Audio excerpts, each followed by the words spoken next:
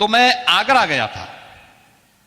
तो आगरा में एक म्यूजियम बन रहा था, उसका नाम था मुगल म्यूजियम। मैंने कहा भी मुगल म्यूजियम आज के दिन पे, मैंने कहा इसका नाम छत्रपति शिवाजी महाराज का म्यूजियम रखो। हमारा संबंध मुगलों से नहीं है और इसलिए छत्रपति शिवाजी महाराज के नाम पर जाना जाएगा ये म्यूजियम। हमारा संबंध छत्रपति शिवाजी महाराज से है। हमारा संबंध पर वर्षों से वैदिक सनातन धर्म के लिए अपने पुरुषार्थ से, अपनी साधना से,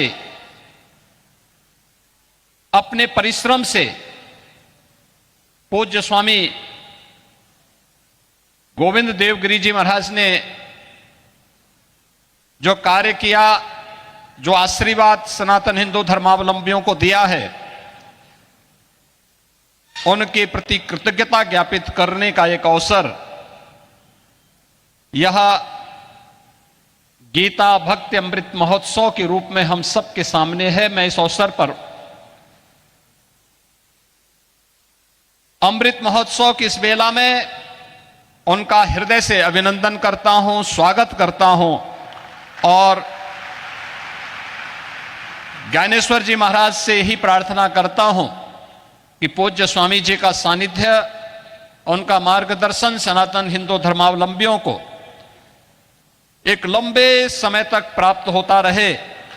यह उनके श्री चरणों में बारंबार प्रणाम करते हुए प्रार्थना करता हूं।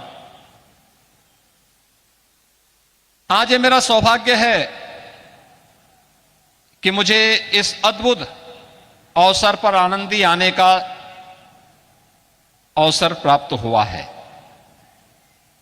मेरे लिए इसलिए भी क्योंकि मैं नाथ संप्रदाय का एक सामान्य अनुयायी हूं। सनातन धर्म के लिए गुरु परंपरा के अनुसार पूरे समर्पण भाव के साथ कार्य करता हूं और हमारी परंपरा एक साथ मिलती है।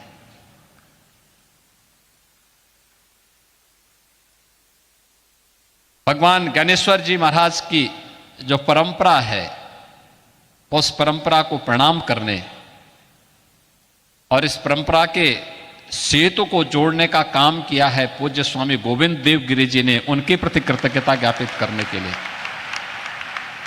आज मैं स्वयं यहां पर उपस्थित हुआ हूं। मन में बहुत दिनों से इच्छा थी, वर्षों से इच्छा थी। बचपन में मैंने ज्ञानेश्वरी पढ़ी थी और तब से इच्छा होती थी ऐसी दिव्य विभूति कौन है जिनका सानिध्य, जिन्होंने मात्र 15 वर्ष की उम्र में ज्ञानेश्वरी का उपदेश देकर के भक्तों को एक नई राह दिखाई, जिन्होंने 21 वर्ष की उम्र में संजीव समाधि लेकर के भारत की अध्यात्म को पूरे भूमंडल पर लहराने का काम किया था। ऐसे दिव्य संतों का सानिध्य प्राप्त हो। जगत गुरु शंकराचार्य, कांची कामकोटि के पूज्य शंकराचार्य जी महाराज इस मंच पर पधारे हैं। मैं उनका भी हृदय से अभिनंदन करता हूं, स्वागत करता हूं।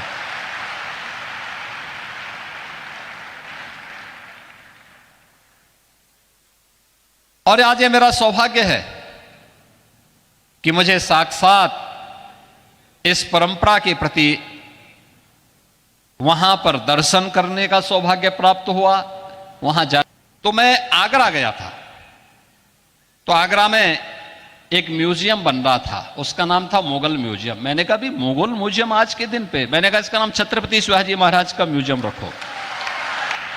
हमारा संबंध छत्रपति शिवाजी महाराज से है। हमारा संबंध मुगलों से नहीं है और इसलिए छत्रपति शिवाजी महाराज के नाम पर जाना जाएगा ये म्यूजियम।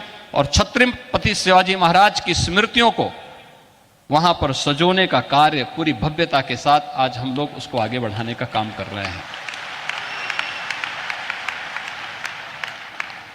आदरणीय प्रधानमंत्री जी ने उत्तर प्रदेश में एक डिफेंस कॉरिडोर की घोषणा की।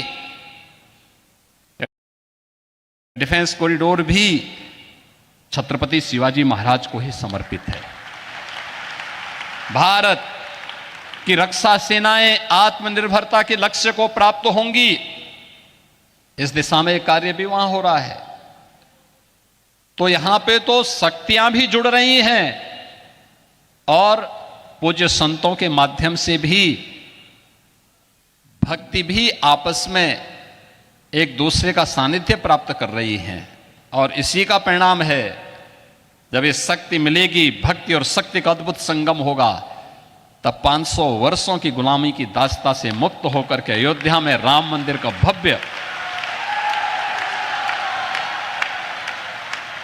अद्भुत क्षण भी, वह अलौकिक क्षण भी हम सबको देखने को प्राप्त होता है।